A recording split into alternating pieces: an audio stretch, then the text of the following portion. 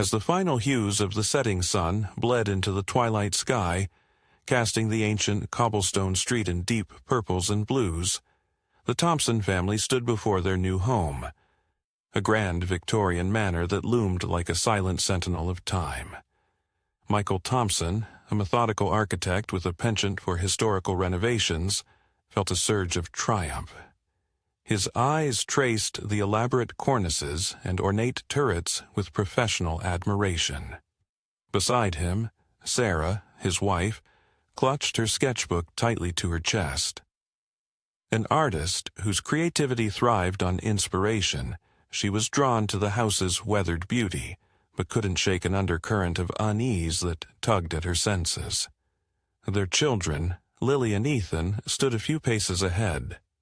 Lily, a thoughtful 12-year-old whose introspective nature often set her apart, gazed up at the intricate stained glass windows, her hazel eyes reflecting a mixture of curiosity and wariness. 8-year-old Ethan, his restless energy barely contained, bounced on his heels. "It's like a castle," he exclaimed, his voice piercing the quiet evening air. A gentle breeze whispered through the overgrown garden, rustling the leaves as if in response. "We've finally arrived," Michael declared, his voice filled with optimism. Together, they crossed the threshold, stepping into the vast foyer where the scent of old wood and forgotten memories enveloped them, a prelude to the secrets awaiting within. The first week unfolded like a carefully choreographed dance as the family settled into their new surroundings. Each room held its own story, and Sarah found herself drawn to the sunroom, where light filtered through the aged glass, casting iridescent patterns on the dusty floor. She set up her easel, hoping to capture the elusive atmosphere that seemed to permeate the house. Yet each stroke of her brush felt heavy, her muse elusive. Michael immersed himself in plans for restoration, his days consumed by measurements and consultations with contractors. He was determined to breathe new life into the old structure, unaware of the subtle resistance that seemed to emanate from the very walls. Lily spent her afternoons exploring the attic, a labyrinth of forgotten relics. She discovered diaries bound in cracked leather, their pages filled with elegant handwriting that spoke of love affairs and heartbreaks, wars and losses. The air was thick with dust and something else, an intangible presence that made the hairs on her neck stand on end. Ethan, ever the adventurer, turned the sprawling gardens into his personal jungle, oblivious to the shadows that lengthened unnaturally as the day waned. It was one such afternoon that Sarah, lost in thought, heard the faintest echo of laughter, not her children's, but that of someone unseen. She paused, paintbrush hovering, as the laughter faded into the creaking of the house. Shaking off a sudden chill, she returned to her work, dismissing the sound as the product of an overactive imagination. The nights brought a strange stillness to the house, as if it held its breath in anticipation. One evening, as Lily lay in bed, the moonlight casting silver beams through the lace curtains, she heard a soft whispering. At first, it was indistinct, a rustling that could be the wind. But then the voices became clearer. A woman singing a lullaby in a language Lily did not recognize, a man murmuring in urgent tones. She sat up, heart pounding, and strained to listen. The voices seemed to seep through the walls, echoing down corridors that should have been silent. Fear curled in her stomach, but also a strange sense of connection. She wanted to reach out, to understand. The next morning, over breakfast, she mentioned the voices to her parents. Michael exchanged a glance with Sarah, a flicker of concern passing between them. "Old houses make noises," he said lightly. "It's probably just the pipes." Ethan smirked. "Maybe it's ghosts," he teased, waggling his fingers. Lily glared at him. "It's not funny." Sarah placed a comforting hand on her daughter's shoulder. We'll look into it, sweetie.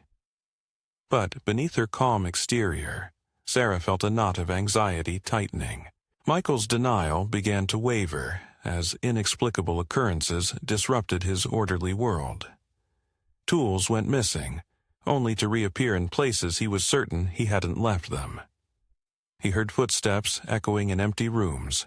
Doors that were closed would be found ajar. One night, as he worked late in his study, immersed in blueprints, he caught a glimpse of a figure reflected in the window, a tall man in outdated attire standing behind him. Spinning around, he found the room empty. His rational mind struggled to find explanations.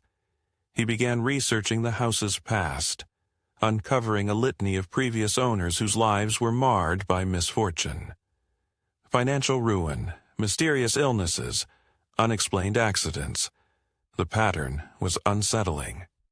Sarah, too, found herself grappling with an unseen force. Her paintings grew darker, her once vibrant palettes replaced with somber hues. Faces emerged on her canvases unbidden, sad, haunted visages that seemed to cry out for help. One afternoon, as she cleaned her brushes, she noticed a name scrawled in the corner of her latest work. Margaret. She didn't remember writing it. Tension mounted as the supernatural occurrences intensified. The voices became more frequent, more urgent. The family began to share unsettling dreams, wandering through endless hallways, pursued by shadowy figures. Ethan, who had once scoffed at the idea of ghosts, awoke screaming one night, insisting that someone had been hovering over his bed. The lines between reality and nightmare blurred. The house's atmosphere grew oppressive, the air thick with dread. One evening, a violent storm raged outside, lightning illuminating the darkened rooms in stark flashes. Gathered in the living room, the family sought solace in each other's company. The fireplace offered little warmth against the chill that had settled.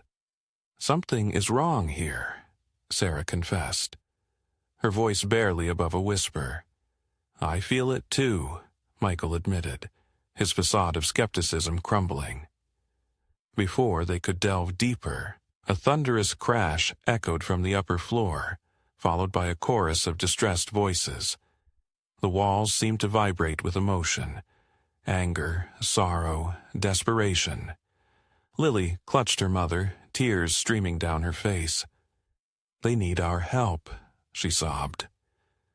Michael stood, determination hardening his features. This has to end. Armed with newfound resolve, the family decided to confront whatever dwelled within the manor. They ascended the grand staircase, following the cacophony of voices that swirled around them. The portraits lining the walls seemed to watch their progress, eyes following with silent judgment. Reaching the attic, they pushed open the heavy door to find the room bathed in an otherworldly glow. Figures materialized, translucent forms that shifted and wavered like mist. At the center stood a woman in a tattered dress, her eyes hollow yet filled with a pleading intensity. "Help us," she whispered. Visions flooded their minds. A tragedy that had unfolded within these walls generations ago. Betrayal, murder, a family torn apart by jealousy and greed, their spirits trapped in an endless loop, bound by the unresolved darkness of their past. "What can we do?" Sarah cried out. The woman's gaze settled on Lily. "Break the chain," she said. In that moment, Lily understood. The house fed on negativity, perpetuating its cycle through the families that dwelled within. They had to cleanse it. The family gathered in the heart of the house, the grand hall where light and shadow danced in uneasy harmony. Holding hands, they formed a circle, their collective will focused on healing. They spoke openly of their fears, their mistakes, their hopes. Michael admitted his obsession with work had distanced him from his family. Sarah confessed her doubts about their move and how it had strained her creativity. Lily expressed her feelings of isolation, and Ethan revealed that his bravado often masked his own insecurities. As they laid bare their souls, a warmth began to emanate from within, pushing back the cold. The house responded. The creaking ceased, the whispers quieted. The oppressive weight lifted, replaced by a sense of peace. The spectral figures appeared one last time, their forms now serene. "Thank you," the woman's voice echoed softly before fading into the light. The house exhaled, the long-held tension dissipating like morning mist. The following day, sunlight flooded the manor, the air fresh and invigorating. The family stood together on the front steps, the once foreboding street now alive with possibility. "We made it," Michael said, his arm around Sarah. Lily and Ethan exchanged hopeful smiles. As they turned to embrace the future, a gentle breeze rustled the leaves, carrying with it a distant echo of laughter, perhaps a farewell from those finally at rest.